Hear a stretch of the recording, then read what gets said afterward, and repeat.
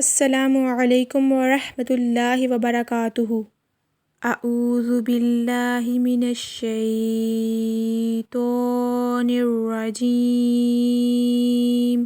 بسم اللہ الرحمن الرحیم۔ اللہم غشنی فیہ بالرحمہ وارزقنی فیہ التوفیق والعصمہ وطہر قلبی من غیاہب التہمہ یا رحیما بعبادہ المؤمنین۔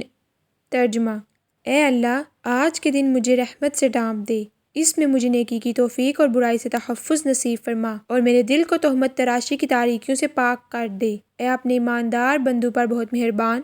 جزاک اللہ۔ السلام علیکم ورحمۃ اللہ وبرکاتہ۔